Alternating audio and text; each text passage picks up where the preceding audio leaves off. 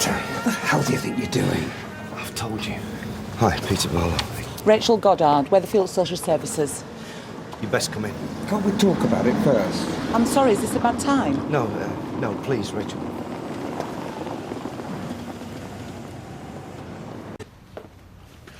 Thanks. Perhaps you could use a minute or two to talk. May I use the loo?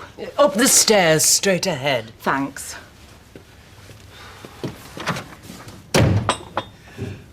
One question. Why? You told me to get things sorted. Oh, not like this. There's many a time I've been ashamed of this family, but never more than now. I'm worse than a murderer. I'll take the poor little mite for a bun, so there's no chance of him hearing what you're planning. I'll tell you what I'm planning. I'm planning for him to have a better life than I can offer him.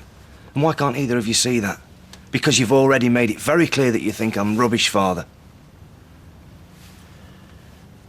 My ex-wife took him to Australia just after he was born. I mean, I didn't even know he was back in the country till a while back when she got in touch. I can see that can be difficult for you, but giving him up altogether is a huge step. I really don't see how I can manage. I've not even slept for thinking of it. There's a lot of support out there. Your family? Dad and Deirdre's got enough on looking after Blanche, believe me. There's after-school clubs, childminders. But if you went to a couple who could make him part of a proper family, he wouldn't need to be shunted from childminder to childminder, would he? Judging from your father's reaction, I take it you haven't talked this over with him. My dad. He's the most principled man in Britain when it comes to other people. But when it comes to walking the walk instead of talking the talk, seriously, you can forget it.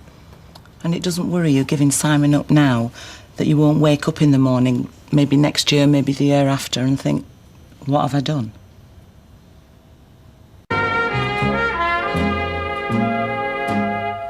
Oh, while you two have been hatching your plans... There you go. I told you. The Guilt Trip Express is due to leave in 5, 4, 3... Peter, for goodness sake.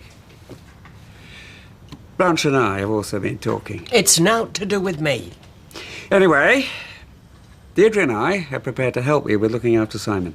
Dad, if it was help that I wanted, I would have asked you for it. And even assuming that Deirdre... No. I can't. I'm sorry, no. I knew it. Cut and run. I can read you like a book. Do you want time to think about this, Peter? No. I have thought. In that case, you go off and do whatever it is that's more important than bringing up your son. Deirdre and I will manage without you. Now you're being ridiculous. Is this to make some sort of point? No, I'm serious. And I'd like to think that Deirdre will be furious with me if I did anything else. Sorry, I'm going to have a smoke. Perhaps Simon and I could have a little talk. You wouldn't mind having a talk with Rachel, would you, Simon? No. Morty? Please. If you want my opinion, you're stark staring bonkers. Thanks, Blanche. Knew I could rely on you.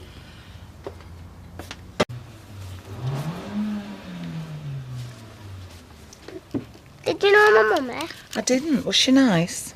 She was very pretty. But she died. I went to the funeral.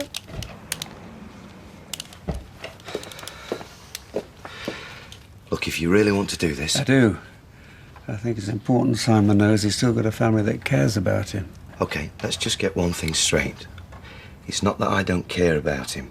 It's just that I can't give him what he needs. Well, I think you made that very clear. And this better not be some flaming gesture, you know, so you can take the moral high ground. Look, this is your son we're talking about. Exactly. So I don't want you turning round in a month's time saying I can't cope once you've proved how much more caring you are than me. Look, I'm appalled you can even think like that. Fine. You just prove me wrong and not right, OK? Are you happy that he stays with me and my wife? As long as Peter's happy. Yeah. We always like children to stay with the families, if possible. I'll check in a few days, see if you're coping. Check in or check up? I'm here to help, not criticise. Oh, I'm glad someone is. My daughter's gone to Lourdes, but he's the one that's going to be needing a miracle to make this work. So what happens next? I do what I was going to do before. I head on back to Portsmouth in the morning. Not even staying to help out until Deirdre gets back? This wasn't my idea. As far as I'm concerned by now, social services would have given Simon to a real family. We're his flesh and blood. Dad, the word dysfunctional was created for our family. Just because I'm his biological father, that doesn't mean that, I'm fit to look after him. Remember 5 years ago? As soon as Simon was born, Lucy was sneaking him out of the country so that you couldn't have anything to do with it. Yes, Dad, but that was and you 5 nearly years. killed yourself getting to the airport to plead with her not to go. You were desperate not to lose your son. And now, you're happy to give him away to anyone. Why do you think Lucy wanted to get away from me? Why did she want to take Simon to the other side of the world? Because she knew what a waste of space I was. And you know what? She was right. Peter, she wanted you to bring him up. She was dying. I was all she could think of. The last resort. Yeah, well, she could have done what you did and dumped him on social services. Listen, whether you approve or not, you do know why I rang them. You do. Because you're selfish. Because you're not prepared to put in the hard work of being a parent. And you don't care for 1 second that you're scarring that kid for life. I'm trying to do what I think's best for him. All he's going to be left with is the odd faint memory of his mother. Maybe a few photographs if his new family will let him have them. And the memories of his father? The man who couldn't wait to give him away.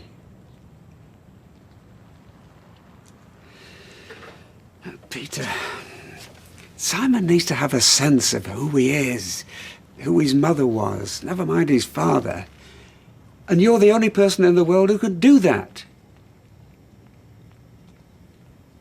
Please, don't turn your back on him. It's for his own good.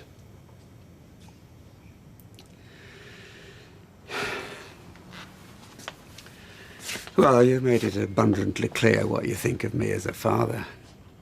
But is there something I can still do, even at your age? Is to try to stop you turning into everything you despise about me.